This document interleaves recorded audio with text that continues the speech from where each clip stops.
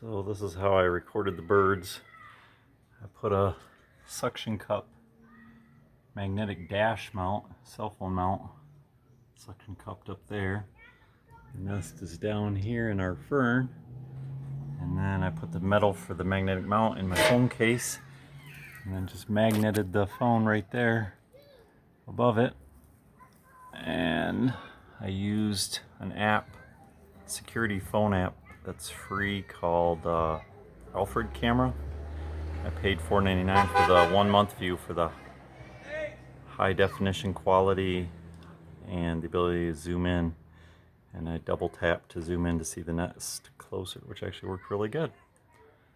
So, I don't know if you can see the birds down there, but here they are. Let's get some light on them.